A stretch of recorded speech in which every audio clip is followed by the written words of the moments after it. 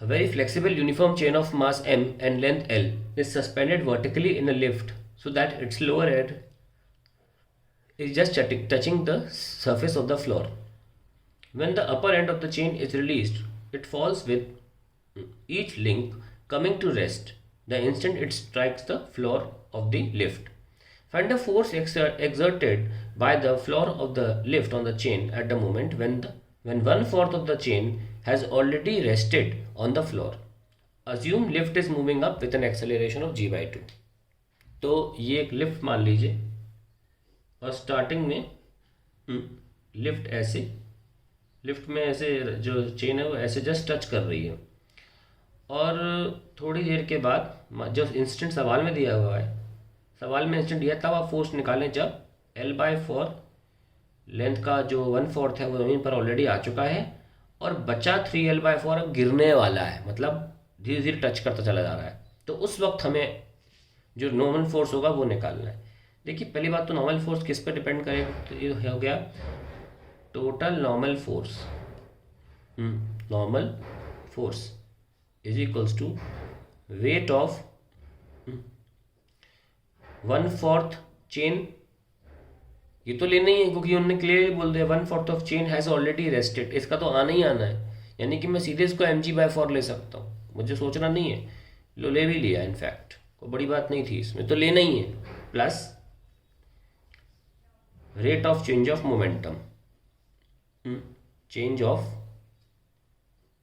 Momentum at that instant. तो यही सवाल आप पिछला देखें तो बीड्स के केस में भी किया था हमने। तो ये हम कैसे निकालें dp/dt, वेरी सिंपल, d/dt और इसको हम बोलते हैं m इंटू वी। ना वेलोसिटी तो उस इंस्टेंट पर v ही रहेगी, dm/dt ही हमें सॉल्व करना है। ये हम कैसे सॉल्व करें, लेट अस सी।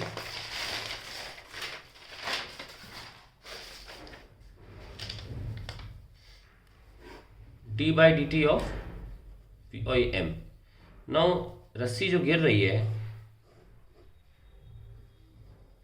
ये है आपका टाइम t इक्वल टू 0, 1/4 जमा हो चुकी है और ये आपका टाइम जो है, यहाँ से देखना ये रस्सी है, रस्सी नहीं कहना चाहिए, चेन कहना चाहिए।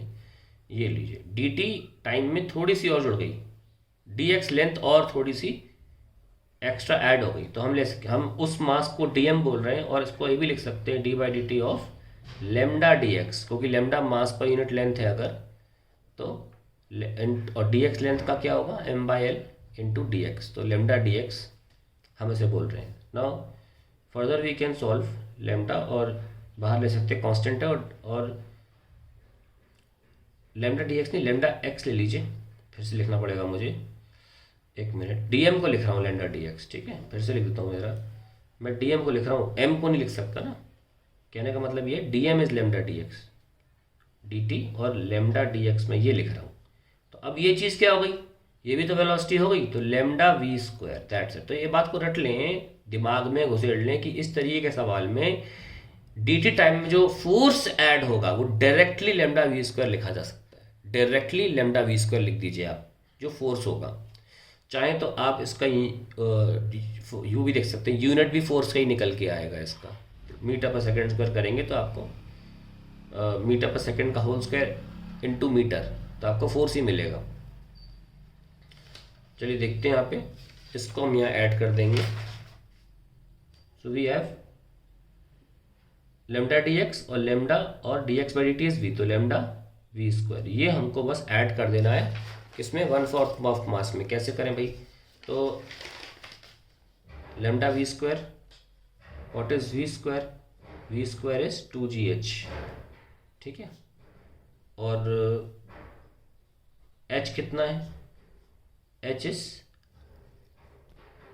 L/4, ठीक है, L/4 और लेमडा इज m/l, तो l से l कैंसिल, सो हमें क्या मिला mg/2। तो mg/2 हो गया और ये mg/4 है, तो सारा मिला कितना हो गया हमारा, total mg/4 plus lambda v² को हमने क्या निकाला mg/2। सो टोटल जो नॉर्मल फोर्स मिलेगा वो हो जाएगा आई होप स्क्रीन में आ रहा है, that is mg/4 plus mg/2 that is 3mg/4।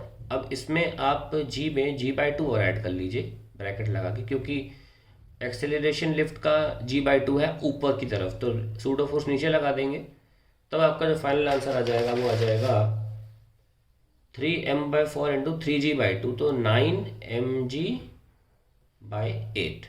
ठीक है, तो लिफ्ट अगर मैंने जानबूझ के पहले से सूडो फोर्स नहीं लिया और आखिरी में जोड़ा, तो कई बार क्वेश्चन ऐसा हो सकता है लिफ्ट ना मूव कर रही हो, कई बार ऐसा हो सकता है लिफ्ट नीचे मूव कर रही हो या ऊपर जा रही हो, तो आप ये आखिरी स्टेप में ही आपको दिखाया मैंने, ताकि आपके लिए ये बड़ा खतरनाक बात ना लगे यार लिफ्ट भी चल रही है, उसका इतना जो होता है उसका इतना कोई इंपॉर्टेंस नहीं है सवाल में, वो तो सब आप ऐड कर दोगे, ऊपर जा रही है नीचे सब्ट्रैक्ट कर दोगे।